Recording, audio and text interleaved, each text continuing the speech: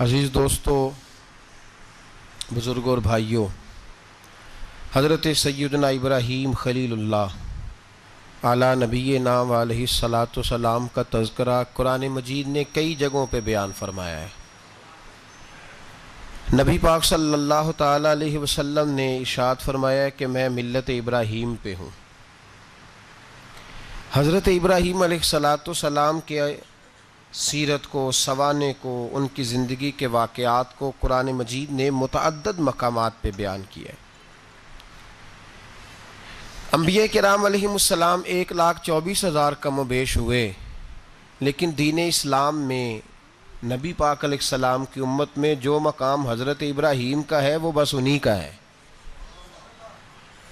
ان کی زندگی ایک بڑی خوبصورت، بڑی منفرد اور مسلمانوں کے لیے بڑی اسوہ نور دینے والی زندگی ہے۔ نبی پاک صلی اللہ علیہ وسلم نے فرمایا، میں اپنے باپ حضرت ابراہیم کی دعا بن کے دنیا میں آیا ہوں۔ اور پھر محبوب پاک سید عالم صلی اللہ تعالی علیہ وسلم نے اپنی امت میں بھی جناب ابراہیم کے طریقے کو جاری رکھا۔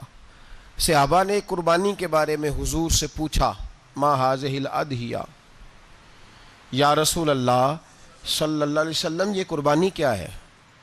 تو فرمایا، سنت ابیکم ابراہیم، یہ تمہارے باپ حضرت ابراہیم کا طریقہ ہے، یہ تمہارے باپ حضرت، حالانکہ قربانی نبی پاک صلی اللہ علیہ وسلم کا بھی طریقہ ہے، لیکن فرمایا تمہارے باپ حضرت ابراہیم، حضرت ابراہیم کے ذکر کو باقی رکھا۔ اللہم صلی علی محمد وعلی آل محمد کما صلیت علی ابراہیم وعلی آل ابراہیم، ان کے تذکرے کو باقی رکھا دین کے اندر۔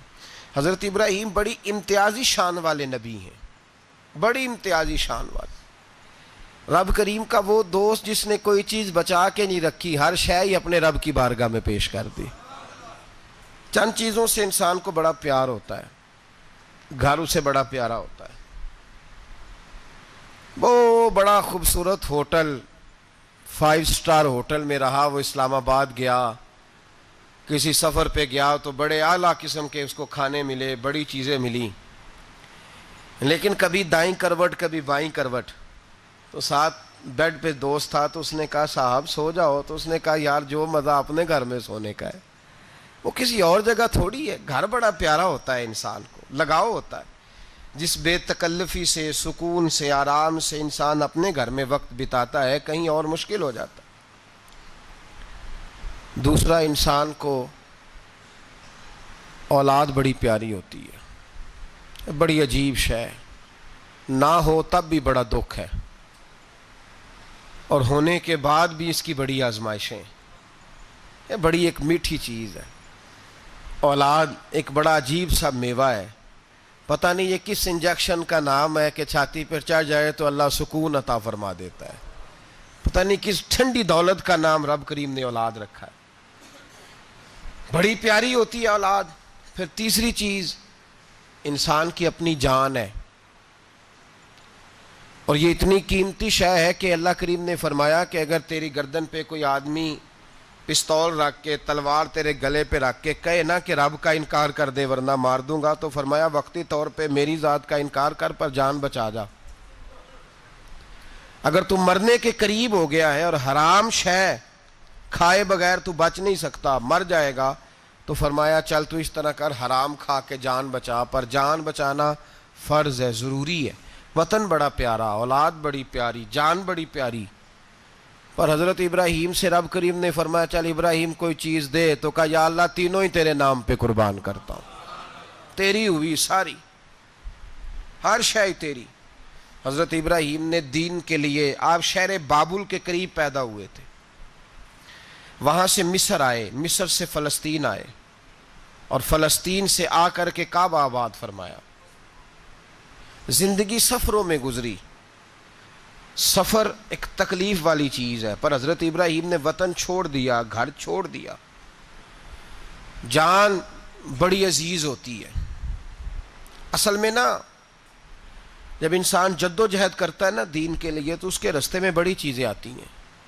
کبھی اولاد، کبھی گھر، کبھی باہر، کبھی حکومتیں، کبھی سیاستیں، کبھی چدراہٹیں، اس کے راستے میں بڑا کچھ آتا ہے اور اسے ہر چیز کو فیس کرنا پڑتا ہے. گھر کے اندر بھی جنگ ہوتی ہے اور گھر کے باہر بھی لڑائی ہوتی ہے.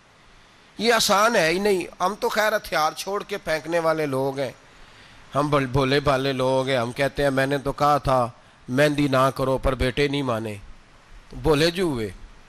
اسی طرح حالانکہ اگر وہ بیٹا کہے نا کہ ابا جی لاؤ زندگی میں سارا کچھ میرے نام کرو، تو پھر ہم بھولے نہیں ہوتے، اور اس وقت ہم تیز ہوتے ہیں، کہتے ہیں یہ کیسے ہو سکتا ہے، ہاتھ کاٹ کے دے دوں.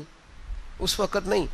دین کے معاملے میں بھولے ہوتے ہیں. بیٹا بد مذہب کے پاس جا رہا ہے تو اس وقت ہم بھولے بھالے ہیں، کوئی عرض نہیں. لیکن اگر وہ اپنی پسند کی شادی کرے ہمیں کراس کر کے، پھر ساتھ ہی ہم تیز ہو جاتے ہیں. تو حضرت ابراہیم نے جب دین کے لیے نکلے تو جد و جہد کی، گھر کے اندر بھی گھر کے باہر بھی. آپ کے والد کا نام طارق ہے، وہ توحید پرست تھے، ایماندار تھے، پرہیزگار تھے. آپ کے چچا کا نام آزر ہے، وہ بت پرست تھے، بت بیچا کرتے تھے. حضرت سیدنا ابراہیم علیہ السلام جب میدان عمل میں نکلے تو حضرت ابراہیم علیہ السلام نے اپنے گھر سے جہاد شروع کیا. لڑنا پڑا. گھر کے اصولوں سے چچا نے جو رواج بنائے ہوئے تھے اس رواج سے ٹکرائے. فرمایا میں اپنے گھر کے اندر یہ بت پرستی نہیں ہونے دیں گا. چچا کو ایک دفعہ نہیں بار بار 100 دفعہ سمجھایا. آپ کا چچا بت بنا کے بیچا کرتا تھا. حضرت ابراہیم علیہ السلام تھوڑے بڑے ہوئے تو کہنے لگا کہ چلو میرے ساتھ، تم بھی بت بیچنے ہیں، ہمارا کاروبار ہے. حضرت ابراہیم ساتھ نکلے تو بت پکڑا ہے، گندے پانی کے اندر اس بت کو ڈبوتے ہیں. کہتے ہیں کسی نے خریدنا ہے تو خرید لو، نہ یہ نفع دے سکتا ہے نہ نقصان دے سکتا ہے. جو اپنا آپ نہیں بچا سکتا تمہیں کیا بچائے گا، خریدنا ہے تو خرید لو. چچا کہنے لگا تو کاروبار چمکا رہا ہے کہ تباہ کر رہا ہے. گھر میں بڑے معاملات خراب ہوئے، جھگڑے ہوئے، لیکن حضرت ابراہیم علیہ السلام ایک منٹ کے لیے بھی اپنے گھر کے اندر بھی کمپرومائز کرنے کو تیار.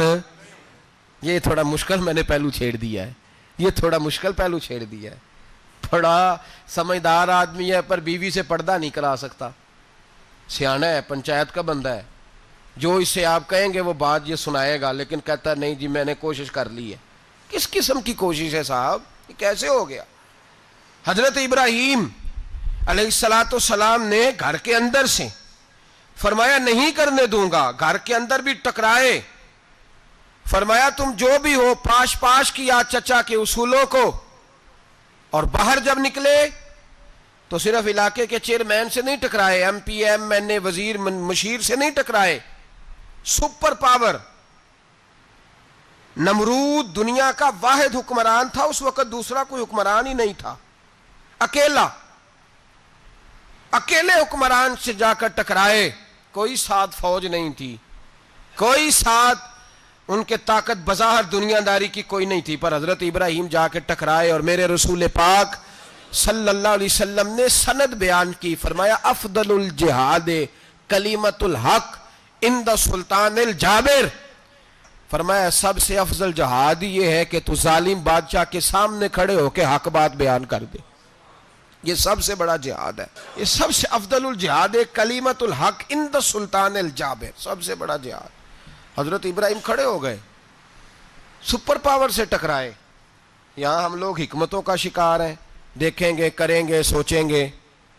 اور مولوی صاحب کو ویسے کہتے ہیں آپ پرہیز کریں سیاسی باتوں سے. بھئی اللہ کے ہر نبی نے جا کے وقت کے ظالم حکمران کو لتاڑا ہے، للکارا ہے. یہ تو مشن انبیاء ہے. حضرت سیدنا ابراہیم علیہ السلام نے جو اس کو جا کے کہا کہ تو جھوٹ بولتا ہے، تو جھوٹا ہے، تو خدائی کا دعویٰ کرتا ہے، تو بہت بڑا ظالم ہے. اور قرآن مجید نے اس ساری بات کو بیان فرمایا. حضرت ابراہیم علیہ السلام سے کہنے لگا میں رب ہوں.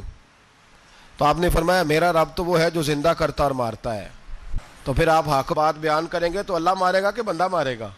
کچھ بھی نہیں ہوتا، کیونکہ زندگی موت کس کے ہاتھ میں ہے؟ اللہ کے ہاتھ میں. زندگی موت اللہ، کچھ بھی نہیں ہوتا. انسان صحیح سمت کا تعین کرے اور صحیح چلے. حضرت علی شیر خدا سے کسی نے کہا تھا کہ آپ کے بڑی دشمنی ہے، کوئی محافظ رکھ لیں. آپ فرمانے لگے موت خود بہت بڑی محافظ ہے، وقت سے پہلے آتی ہی نہیں. بڑی محافظ ہے وقت سے پہلے. علامہ نورانی رحمۃ اللہ تعالیٰ علیہ کراچی جیسے شہر میں رہا کرتے تھے. جہاں گام گام پہ خطرہ تھا، لوگوں نے کہا حضرت اتنے بڑے لیڈر ہو، آپ کی جماعت کی 62 سیٹیں ہوئیں قومی اسمبلی میں، ایک ایسا وقت بھی آیا تو کوئی ایک آدمی بندوق والا، آپ فرمانے لگے مجھے ضرورت ہی نہیں، اس لیے کہ جس خدا رسول کے لیے میں نکلا ہوں وہ خود ہی حفاظت کرنے والے ہیں، ضرورت نہیں ان چیزوں۔ تو بھائی حضرت ابراہیم ٹکرائے، اور آپ کا انداز کیا ہے؟ جا کے کہا کہ تو نہیں، خدا وہ ہے جو زندہ کرتا، اور اس نے ایک بیوقوفوں جیسی دلیل دی۔ ایک آدمی کو کل پھانسی دینی تھی تو اس کو بلایا، کہنے لگا تجھے کب پھانسی ہے؟ اس نے کہا کل۔ کہنے لگا جا تجھے آزاد کیا، زندگی دی، اس کو چھٹی دے دی۔ ایک عام آدمی بیچارہ بیٹھا تھا، اس کو پکڑ کے نا کہنے لگا اس کی گردن اڑا دو۔ کہنے لگا دیکھ لو میں بھی زندہ کرتا اور مارتا ہوں، وہ جو کل مرنے والا تھا میں نے زندہ کر دیا ہے، اور جس کو پتہ ہی نہیں تھا کہ میں نے مرنا ہے اسے پکڑ کے میں نے مار دیا ہے۔ یہ بیوقوفوں جیسی دلیل ہے۔ حضرت سیدنا ابراہیم علیہ السلام چاہتے تو اسی وقت دلیل توڑ دیتے کہ تو کیا بیوقوفوں جیسی بات کر رہا ہے، اگر تو زندگی دیتا ہے تو مرے ہوئے میں جان ڈال کے دے جس کو تو نے مارا ہے۔ لیکن حضرت ابراہیم نے دیکھا کہ بیوقوف ہے، بیوقوفوں سے بحث نہیں ہوتی، دلیل بدل لی جاتی ہے، ان کی عقل کے مطابق بات کی جاتی ہے۔ حضرت ابراہیم فرمانے لگے میرا رب وہ ہے جو سورج مشرق سے نکالتا ہے اور مغرب میں غروب کرتا ہے، تو اگر رب ہے تو تو مغرب سے نکال کے مشرق میں غروب کر۔ فبہت الذی کفر، کافر لاجواب ہو گیا، اس کے پاس اس چیز کا کوئی جواب نہیں تھا۔ علامہ اسماعیل حقی نے خوبصورت فقرہ لکھا ہے، خوبصورت، جان ڈال دی ایک جملہ کہہ کے۔ حضرت سیدنا علامہ اسماعیل حقی رحمۃ اللہ علیہ فرمانے لگے چونکہ نمرود بیوقوفوں جیسی باتیں کر رہا تھا، اگر وہ یہ کہہ دیتا نا کہ میں سورج کو نکالتا ہوں مشرق سے، میں غروب کرتا ہوں معاذ اللہ مغرب میں، میں نکالتا ہوں، تو آپ اپنے رب سے کہیے کہ وہ مغرب سے نکال کے مشرق میں غروب کرے۔ علامہ اسماعیل حقی فرماتے ہیں رب کریم کی آواز قدرت تھی، مالک حضرت ابراہیم علیہ السلام کے اس، اگر وہ کہہ دیتا اور حضرت ابراہیم دعا کر دیتے تو رب کریم نے فرشتوں کو تیار بٹھایا ہوا تھا، فرمایا اگر یہ کہہ دے میرے خلیل سے کہ سورج مغرب سے نکال کے مشرق میں غروب کرنا ہے تو تیار رہنا، جس طرح خلیل کہیں گے ویسے ہی کر دیں گے۔ واتخذ اللہ ابراہیم خلیلا، ابراہیم ہمارا دوست جو ہوا، جیسے کہے گا ویسے کر دیں گے۔ حضرت سیدنا ابراہیم علیہ السلام کی باتوں کا جب جواب نہ دے سکا، دلیل نہیں بندہ دیتا، پھر لڑائی کرتا ہے، پھر جھوٹے موٹے اعتراض کرتا ہے۔ دلیل ختم ہوتی ہے تو لوگ ذاتیات پہ اترتے ہیں، کہتے ہیں یہ کھانستا صحیح نہیں، دیکھتا صحیح نہیں، دلیل ختم، اب ذاتیات پہ اترے، کہنے لگے مجھے پتہ چلا ہے کہ یہ فلانی جگہ گیا تھا تو وہاں جا کے اس نے اس طرح کیا ہے۔ پھر لوگ ذاتیات پہ اترتے ہیں، جب دلیل کا جواب دلیل سے نہیں دے پاتے پھر ذاتیات پر اتر کر حملے کرتے ہیں۔ حضرت ابراہیم کے دلائل کا جواب نمرود نہ دے سکا تو کہنے لگا کہ اس کو آگ میں ڈال دو۔ قوم گئی ہوئی تھی ساری، آپ نے بات سنی ہوئی ہے، میں نے صرف اشارہ دینا ہے، میلے پہ تو حضرت سیدنا ابراہیم علیہ السلام نے سارے بت توڑ دیے، کلاڑا بڑے بت کی گردن پہ رکھا، واپس آئے کہنے لگے بت کس نے توڑے ہیں؟ تو فرمایا اس سے پوچھ لو جس کی گردن پہ کلاڑا ہے۔ کہنے لگے یہ تو بول ہی نہیں سکتا، تو فرمانے لگے بڑے بیوقوف ہو جو بولتا ہی نہیں، سنتا ہی نہیں، اپنا آپ نہیں بچا سکتا، اس کی پوجا کرتے ہو؟ کہنے لگے پکڑو، دلیلیں ختم ہو گئی، اس کو آگ میں ڈالو۔ بہت بڑی حویلی 45 فٹ مربع پہ مشتمل ایک حویلی بنائی گئی اور 45 فٹ اونچی۔ مختلف روایات، علامہ اسماعیل حقی کہتے ہیں کہ 3 مہینے تک نمرود نے کہا کہ اس کے اندر لکڑیاں ڈالو۔ لوگ پوچھنے لگے کتنی دنیا جلانی ہے؟ کہنے لگا بندہ تو ایک جلانا ہے پر بندہ بڑا تگڑا ہے، ایک بندہ۔ 3 مہینے لکڑیاں ڈالی گئیں، اور لوگوں کی جو تہمات ہوتی ہیں نا وہ بڑی عجیب ہوتی ہیں۔ تہمات میں نے بڑی تفصیل سے رمضان المبارک میں گفتگو کی تھی، بدشگونی، تہمات لوگ لیتے ہیں، اس وقت بھی لوگ تہمات کا شکار ہو گئے، عقیدہ بگڑ جاتا ہے تو وہ عجیب و غریب باتیں کرنے لگتا ہے، تہمات کا شکار ہو گئے۔ بیبیاں نظر مانتی، میں بیمار ہوں اگر صحیح ہو گئی تو اتنے من لکڑی دوں گی حضرت ابراہیم کی آگ جلانے کے لیے۔ ایک عورت لے کے جا رہی ہے لکڑیاں، تو ایک نیک دل آدمی نے اس سے پوچھا کہاں جا رہی ہو؟ کہنے لگی میں نے منت مانی تھی تو حضرت ابراہیم علیہ الصلوۃ والسلام کو معاذ اللہ جلانے کے لیے لکڑیاں لے کے جا رہی ہوں، تو وہ رب کریم کے بندے کہنے لگے تو ڈھونڈتی رہے گی، تجھے وہ جگہ ملے گی نہیں۔ وہ بی بی کئی مہینے گھومتی رہی، جگہ ہی نہیں ملی جہاں لکڑیاں ڈالنی، ماری گئی۔ توہمات کا شکار ہوئے بہت سارے لوگ، توہمات کا۔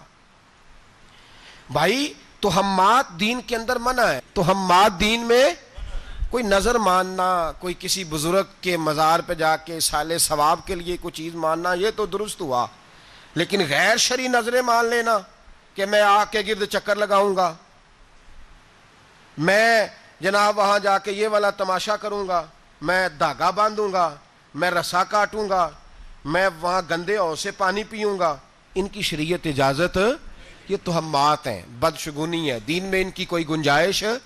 آپ نظر ماننے سے پہلے بھی کسی عالم سے رابطہ کریں کہ میں منت مانگنے لگا ہوں تو کیسے ماننی چاہیے، اس کا طریقہ پوچھیں۔ ایسے ہی غلط چیز کی منت تھوڑی مان لی جائے گی۔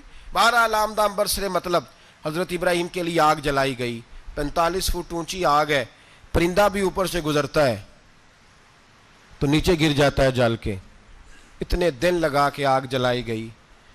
اب حضرت ابراہیم کو جلایا جانے لگا ہے۔ یہاں تو موجیں ہے نا، جو کسی ادارے کا سربراہ ہے اس کے لیے موج ہے، کسی جگہ آفیسر بن گیا تو موج ہے، پیر صاحب کے لیے موج ہے، علامہ صاحب کے لیے موج ہے، خطیب صاحب کے لیے موج ہے۔ جلنا کس کو پڑتا ہے؟ وہ علی کوئی نہیں رہا اللہ ماشاء اللہ، وہ لوگ گزر گئے جو تکلیفیں سہ کے کام کرتے تھے، گزر گیا زمانہ۔ حضرت سیدنا ابراہیم علیہ السلام کو جلایا جانے لگا ہے، تو اب اتنی بڑی آگ ہے تو ڈالیں کیسے؟ شیطان نے تجویز دی کہ منجنیق بناؤ، منجنیق، بڑے بڑے بانس باندھ کے ان کے نیچے رسا باندھو، وہ جس طرح جھولنے کے لیے جھولا بنایا جاتا ہے اس طرح ایک منجنیق پرانے زمانے میں اس میں پتھر رکھ کے پھینکے جاتے تھے دشمنوں پہ، وہ منجنیق بنائی گئی کہ دور سے حضرت ابراہیم کو پھینکیں گے۔ ہاتھ حضرت ابراہیم کے باندھ دیے، پاؤں مبارک باندھ دیے، پوری زمین پہ ایک نام لینے والا خدا کا، اور اس کو آج رسیوں میں جکڑا ہوا ہے۔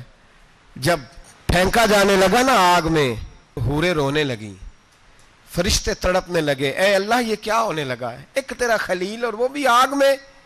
فرمایا جاؤ جا کے اس سے کہو اگر تمہاری مدد لیتا ہے تو اسے بچاؤ۔ ہوا کا فرشتہ آیا، کہا ابراہیم اگر تو کہے۔ او بھائی ان چیزوں کو کہانی سمجھ کے نہ سنا کریں، یہ داستان نہیں، یہ وہ طریقے ہیں جو ہمارے رسول نے ہمیں اپنانے کا حکم ارشاد فرمایا ہے، جو عقیدے، یہ وہ نظریات ہیں جو ہمیں اوڑھنے کو کہا گیا، اپنے رب کریم کی رضا پہ راضی رہنے کے یہ وہ خوبصورت مواقع ہیں صوفیاء نے جن کو بنا کر سمجھا کر ہم تک پہنچایا ہے۔ یہ ہے اہل طریقت کی باتیں، وہ کہتے ہیں یار جس حال میں رکھے راضی رہنا ہے۔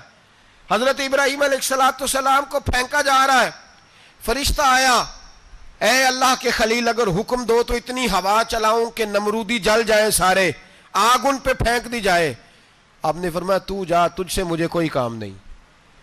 تھوڑی دیر کے بعد پانی کا فرشتہ آیا، کہا حضور اتنی بارش برساؤں گا کہ آگ بجھ جائے گی۔ فرمایا تو جا، تجھ سے کوئی کام نہیں۔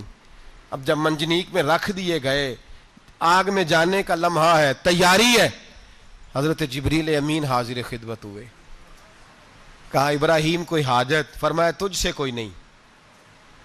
کہا چلو مجھ سے نہیں تو رب کریم سے ہی بات کر لو، مجھے پتا ہے میں چھوٹا ہوں، آپ مجھ سے مدد کیوں لو گے، رب کریم سے ہی بات کر لیں۔ تو حضرت ابراہیم کہنے لگے جبریل یہ بتا، رب کو نہیں پتا اس کا خلیل کس حال میں ہے، اسے نہیں پتا میں کس حال میں ہوں، میرے ہاتھ بندے ہیں، پیر بندے ہیں آگ میں، اسے نہیں پتا؟ بتایا تو اسے جاتا ہے جس سے خبر نہ ہو، تو اگر اسے پتا ہے تو اگر وہ جلانے پہ راضی ہے تو میں بھی جلنے کو تیار ہوں، میں تیار ہوں، اسے کہو ٹھیک ہے۔ حضرت سیدنا ابراہیم علیہ السلام کو منجنیق میں ڈال کے جو پھینکا آگ میں، یا نارکونی بردم و سلام علی ابراہیم، اللہ نے فرمایا اے آگ میرے ابراہیم پہ ٹھنڈی بھی ہو جا اور سلامتی والی بھی ہو جا۔ حضرت ابراہیم کو دو فرشتوں نے بٹھا دیا زمین پہ، پھول کھلے ہیں، کونپلیں مہک رہی ہیں، کلیاں خوشبو دے رہی ہیں، حضرت ابراہیم نے سر سجدے میں رکھ دیا، سبحان اللہ والحمد للہ ولا الہ الا اللہ واللہ اکبر۔ حضرت ابراہیم اللہ کی تسبیح پڑھنے لگے، رب کریم کا شکر بجا لانے لگے، نکلے وہاں سے، کچھ دن گزر گئے، نکلے، حکم ہو گیا ابراہیم علاقہ چھوڑ دو۔ حضرت ابراہیم علیہ السلام وہاں سے نکل کے مصر آئے، چچا کے پاس ٹھہرے، انہوں نے اپنی بیٹی جناب سارہ کا نکاح کر دیا. کچھ آگے بڑھے تو ایک ظالم بادشاہ سے ٹکرائے. اس نے ایک شہزادی ایک بادشاہ کی بیٹی قید کی ہوئی تھی, جناب ہاجرہ نام تھا. ان کو قید سے چھڑا کے ساتھ لائے. حضرت لوط علیہ السلام بھی ساتھ. یہ 4 لوگوں کا قافلہ چلا. فلسطین میں جا کے پڑاؤ ڈالا, گھر بار چھوڑا, تبلیغ شروع ہوئی. حضرت ابراہیم کے گھر میں 2 خواتین ہیں, ایک آپ کی بیوی ہیں, ایک حضرت ہاجرہ ہے. اولاد کوئی نہیں. بڑا میوہ ہے میٹھا. گھر وہی آباد ہوتا ہے جس میں بچے روتے ہیں. گھر ہوتا ہی وہ ہے جس میں بچوں کی چنچناہٹ ہوتی ہے, بھن بھناہٹ ہوتی ہے. حضرت ابراہیم نے ایک بچہ روتے ہوئے دیکھا تو آنکھوں میں آنسو آئے. کہنے لگے ربی حب لی من الصالحین, یا اللہ مجھے بھی نیک اولاد عطا کر دے. حضرت سارہ نے سن لیا. کہنے لگی ابراہیم شاید میرے بطن سے تو آپ کو نصیب نہیں, ہاجرہ سے نکاح کر لو. جناب ہاجرہ سے نکاح ہوا. اللہ تو بڑا بے نیاز ہے. رب کریم نے حضرت اسماعیل جیسا خوبصورت بیٹا عطا فرمایا. بیٹا کالا سیاہ بھی ہو تو سینے کی ٹھنڈک ہوتا ہے, پر یہ تو وہ بیٹا ہے جس کی پیشانی میں نور محمدی چمکتا ہے صلی اللہ علیہ وسلم. حضرت سیدنا اسماعیل علیہ اتنے خوبصورت. اب جس بیوی کے ہاں بیٹا تھا, بیٹھنا اٹھنا بھی زیادہ اس کے پاس, آنا جانا بھی اس کے پاس, توجہ ادھر ہو گئی. جناب سارہ رشک کرنے لگی. ایک دن کہنے لگی اسے چھوڑ آ جنگل میں, وادی غیر ذی زرع, مکے کے پاس. بھائی ایک بیٹا عالم دین بنا لو. کہنے لگا روٹی کہاں سے کھائے گا؟ تیرے 5 بیٹے ہیں, کو حافظ قرآن بنا, کہتے روٹی کہاں سے کھائے گا؟ وہ بچہ بھی کہتا ہے میں کہاں سے کھاؤں گا. حضرت ابراہیم علیہ السلام تو چند مہینے کا بچہ چھوڑ آئے, تو کہاں سے روٹی کھائی حضرت اسماعیل نے؟ کہاں سے کھائی ان کی اماں نے روٹی؟ بھوکے مر جاتے ہیں یہ سارے. میں بڑی ذمہ داری سے کہا کرتا ہوں کہ جتنی خوبصورت روٹی اللہ کریم دین کے خادموں کو عطا کرتا ہے شاید کسی اور کے نصیب ہوتی ہو, لیکن ہم لوگ توجہ ہی نہیں کر رہے. ہمارا ذوق ہی نہیں بن رہا. ہم یہ محنت ہی نہیں کر رہے کہ قوم کو مستند علماء کی ضرورت ہے. علاقوں کے علاقے خالی ہیں, ادھر ہمارا مزاج ہی نہیں بن رہا, توجہ ہی نہیں دین کی خاطر. اور پھر چلے بچے تو بعد کی بات ہے نا, جو ابھی خود جوان ہے وہ بھی یہ دعا. ایک صاحب مجھے کہنے لگے میں دعا مانگ رہا ہوں اللہ مجھے بیٹا دے تو میں اسے دین پہ لگاؤں گا. تو میں نے کہا آپ بھی بوڑھے نہیں ہوئے, آپ خود ہی لگ جائیں. بیٹا تو ابھی آئے گا تو لگے گا نا. تو آپ تو اس وقت ہے تو آپ تو پہلے لگے نا صاحب. 2 گھنٹے تو نکال کے آئے, دین سیکھنے کو کافی ہے. آپ اتنی لمبی سوچ رہے ہیں کہ بچہ آئے گا تو بڑا ہوگا تو وہ جائے گا تو دیکھی جائے گی. ابھی تو آپ ہیں تو آپ تو آؤ. حضرت ابراہیم نے بچہ وہاں چھوڑا. یہاں سے جو عمرہ کرنے لوگ جاتے ہیں نا, جو حج کرنے جاتے ہیں, ان کو پتہ ہے کہ وہاں دنیا کی ہر نعمت ملتی ہے, پھر بھی ڈبل ٹرپل پیسے لوگ جیبوں میں ڈال کے جاتے ہیں. حضرت ابراہیم جب وہاں لے کے گئے تو کوئی انسان نہیں تھا, پانی کا قطرہ نہیں تھا, 2 کلو کھجوریں, ایک مشکیزہ. بیوی کو تھمایا. ہمارے گھر میں ہزاروں چیزیں پڑی ہیں, لیکن وہ جو توکل ہے نا وہ ختم ہو گیا ہے. اللہ دے گا, حلال حلال پہ قناعت کرے, جائز جائز پہ بھروسہ کرے, رب کریم عطا کرنے والا ہے. وہ مزاج ختم ہو گیا. حضرت سیدنا ابراہیم علیہ السلام 2 کلو کھجوریں, ایک مشکیزہ پانی کا دے کر کے, اور وہاں بٹھایا آپ نے اپنے بچے کو اور اپنی زوجہ جناب ہاجرہ کو, اور بٹھا کر کے یہ واپس پلٹنے لگے. تو حضرت ہاجرہ سلام اللہ علیہ نے آواز دی, کہا ابراہیم کس کے سہارے پہ چھوڑ کے جا رہے ہو؟ جہاں آب زمزم کا کنواں ہے نا, جو لوگ گئے ہیں جنہوں نے صفا مروہ کی صحیح کی ہے, صفا مروہ سے باہر نکلے نا, سرکار کی ولادت کا مقام ہے, اس جگہ پہ آب زمزم کا کنواں تھا. وہاں حضرت سیدنا ہاجرہ کو بٹھایا. کوئی چیز نہیں, کوئی درخت نہیں, کوئی کھیت نہیں, کوئی پانی نہیں, کوئی کنواں نہیں. وہاں بٹھایا اور بٹھا کر کے نکلنے لگے تو جناب ہاجرہ فرمانے لگی ابراہیم کس کے سہارے پہ چھوڑ کے جا رہے ہو؟ کہنے لگے اللہ کے سہارے پہ. تو پاک باز بی بی نے ایک لفظ پوچھا, کہا ابراہیم یہ میرے رب کا حکم ہے, یہ میرے, بس جن کا عقیدہ توحید مضبوط ہو ان کے لیے ایک جملہ کافی ہوتا ہے, یہ میرے اللہ کا حکم ہے. تو جناب ابراہیم علیہ السلام فرمانے لگے ہاجرہ ہاں رب کا حکم ہے. جب یہ لفظ کہے تو چاہیے تھا نا حضرت ابراہیم تسلی دیتے, تو بی بی صاحبہ تسلی دینے لگی. عرض کرنے لگی ابراہیم اگر اللہ کا حکم ہے تو پھر آپ ہماری فکر نہ کرنا. اگر یہ رب کا حکم ہے تو پھر ہماری فکر نہ کرنا. جس رب نے ہمیں یہاں تک پہنچایا ہے وہ ہمیں کبھی بھی ضائع نہیں فرمائے گا. پھر فکر نہ کرنا. حضرت ابراہیم آ گئے, بات آپ نے سنی ہوئی ہے, اشارہ کرنا مقصود ہے. 13 سال میں چلے مان بھی لیا جائے بعض روایات کی روشنی میں کہ آتے جاتے بھی رہے, لیکن مکمل دیکھ بھال اپنے بچے کی پرورش میں پورا حضرت ابراہیم علیہ السلام کا کردار, سارا کردار ماں کا تھا.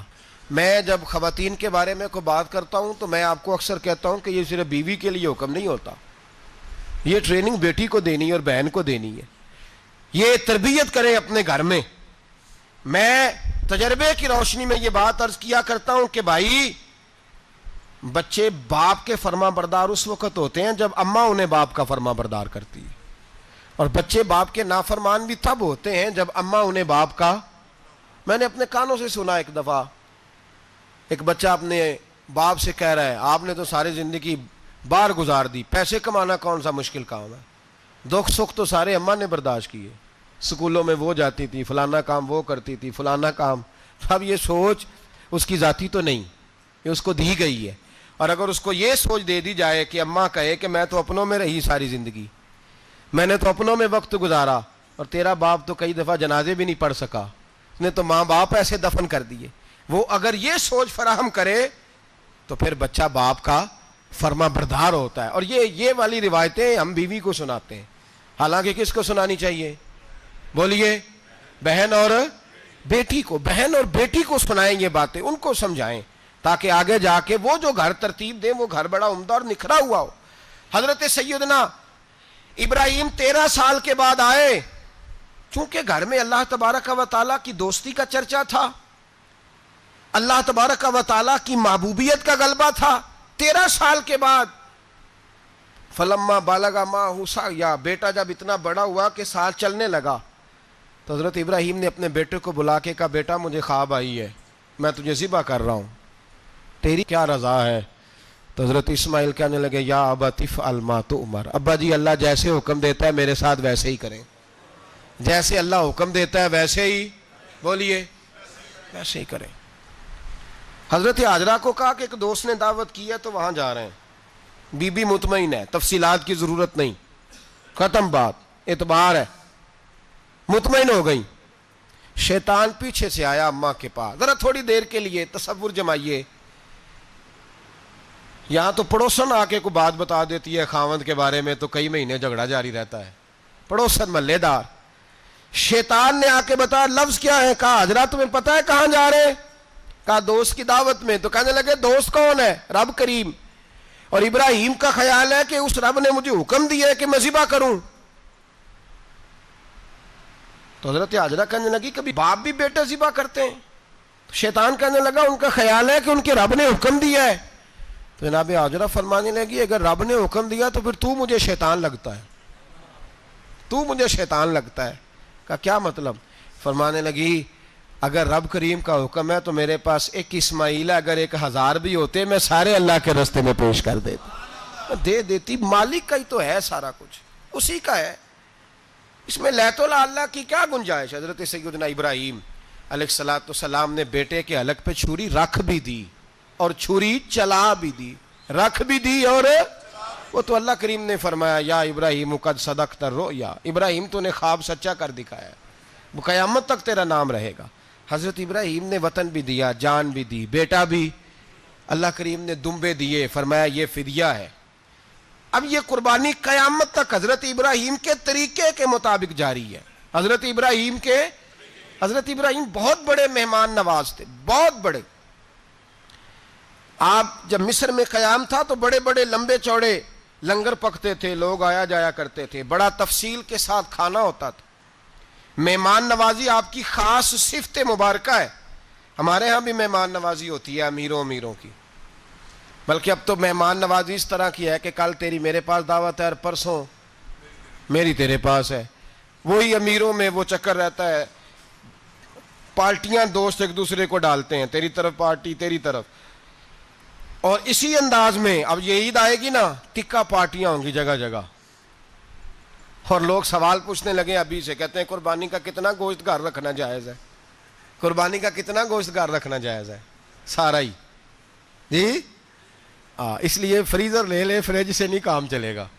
سارا ہی جہاز گھر رکھنا سارا ہی جائز ہے، رکھ لیں۔ او خدا کے بندے، قربانی وہ بندہ دیتا ہے جو سارا سال ہی گوشت کھاتا ہے، صحیح کہہ رہا ہوں؟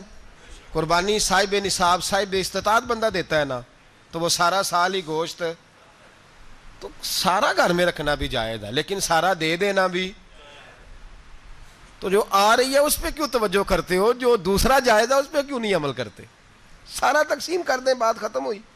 یقین کریں، محرم میں جا کے دوست ٹیلی فون کر کے سوال پوچھتے ہیں، کہتے ہیں صاحب سنا ہے قربانی کا گوشت محرم میں کھانا جائز نہیں۔ میں کہ نہیں، ربیع الاول چ بھی جائز جے، رجب رمضان تک کھاؤ، کوئی بندہ نہیں منع کرتا، اس لیے کہ کسی کو دینا تو پسند ہی نہیں، یا پھر اس میں سے جو خاص خاص چیزیں ہیں وہ اپنی فریج میں، اور باقی جو ہے وہ دوسروں کے لیے۔ یہ کیا طریقہ ہے ہمارا؟ اور اسی پہ عمل ہے۔ اللہ تبارک و تعالی ہمیں سمجھنے کی توفیق عطا فرمائے۔